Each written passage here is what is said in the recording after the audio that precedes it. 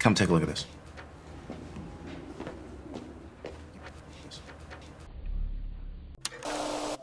I got a request for a Discover University tutorial, so here it is. Tips and tricks on attending university in Sims 4. We're going to begin with scholarships and getting into school. You might have seen this notification pop up if you own the DLC. Personally, I think it's one of the more annoying notifications. Why does it need to appear in the middle of the screen instead of the top right corner? You apply for scholarships through the mailbox or computer. There's numerous scholarships you could earn. There are ones based on where you live, how much money your household has, skill-based scholarships, and ones for participating in after-school activities like Scouts.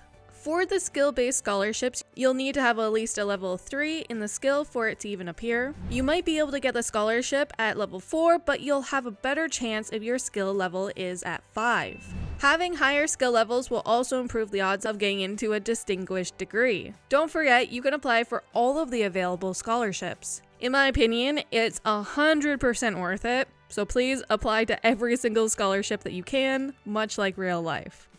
You can apply for school through the mailbox or computer.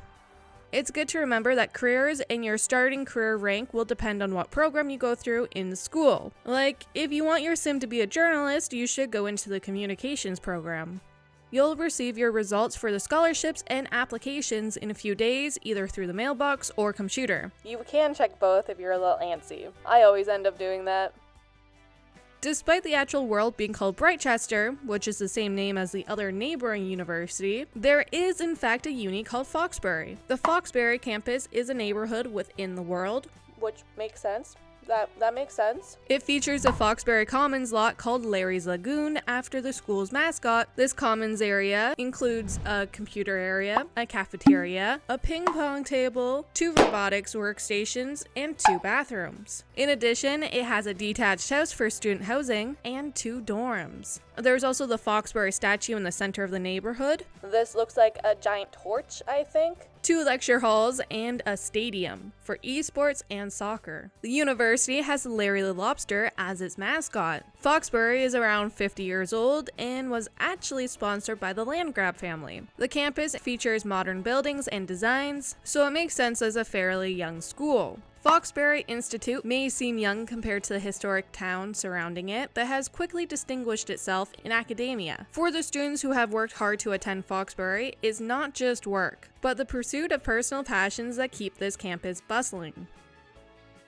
The University of Britechester is pretty much the opposite of Foxbury. It's based on English university architecture, similar to the rest of the Britechester world. The campus includes a U-Bright Commons lot called Darby's Den, after the school's mascot. This Commons lot has a library, a debate podium set, a microphone, a fireplace, a bathroom, and a cafeteria. There's also a detached house for student housing and 2 dorms. In the center of the neighborhood, there's a U-Bright statue. It looks like a giant book. 2 lecture halls and a stadium. U-Bright's mascot is Darby the Dragon. There are other references to dragons throughout the campus. For example, one of the dorms is called Darkwing. This happens to be the default name for the dragon familiar for spellcasters in Realm of Magic. It's funny to note that U-Bright might be an abbreviation for saying you are bright. The university is the oldest in Britechester, founded by the famous Felix Seided, I think that's how you say his last name, who was well known for his enthusiasm for learning and humorously large books, as you can tell by the statue in the center of the neighborhood.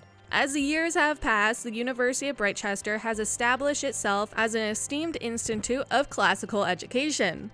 You might want to live in the dorms. This seems like a reasonable idea, especially if it's your first time experiencing university. I do want to warn you, roommates are annoying. It doesn't matter if it's at the dorms or anywhere else. They're pretty annoying. Nevertheless, they seem extra annoying in the dorms. It's a non-stop string of random violin concerts, bathroom objects breaking, piles of dirty dishes, and chaos. It might be worth jumping into the dorms before you play them to give them a little edit. You can do this by opening up the cheat window and entering BB enable free build. It's also a good idea to delete some rooms and make the rest larger. That means there's less roommates to deal with.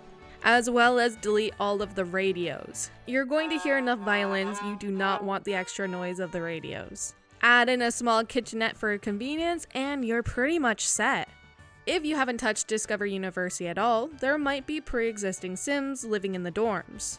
If you happen to move into the same dorm as that pre-existing Sim, that Sim will become a part of your active household. You can always delete them or move them out in the world management window to avoid this, although it might be a good idea to move in with them there and then move them out and take all of their money. If you're into that sort of thing, of course. When it's time to sign up for classes, you'll encounter something that looks like this. This is also where you're going to pick out the degree that you'll be working on.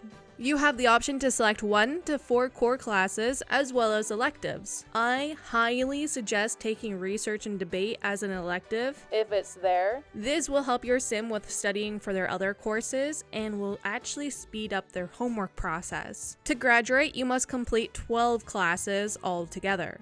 I recommend testing the waters at first by trying maybe 2 or 3 different courses. If you take a full course load, aka 4 classes, you might feel a little overwhelmed and you might not be able to experience much else other than studying and doing homework. Let's say maybe you failed your semester, you're going to be placed on probation, or you'll be suspended. If that happens, you can always try again. You'll have to wait several days to reapply to school though, and you might get kicked out of the dorms if you're living in the dorms. It all depends on timing. Honestly, do not play any other household until your sim has graduated. If you play another household and then come back, like 8-9 times out of 10, your student will be suspended or be on probation. Just like work or base game school, your sim schedule will appear here. It will include your daily task, aka homework, and your coursework. Coursework will either be taking a final exam, presenting a project, or submitting a written term paper. By the way, you can expand this window by doing this, and it'll fit all of the classes on your screen, or at least most of them. Taking a final exam means your sim should use their homework book or computer to study for it. Then it's as simple as attending it near the end of the semester. Presenting a project means your sim will need to gather information, reorganize that info, practice presenting, and finally actually go to the class to present it. You can click on the presentation to see its quality, and you can go present it by clicking on the presentation and going to present it, but you have to make sure it's within the professor's office hours. To submit a term paper, you'll need to write, edit, and submit an original or plagiarized paper on the computer. Be careful with the plagiarized papers though. It's not good if you get caught. You can graduate with honors if your GPA is higher than 3.9.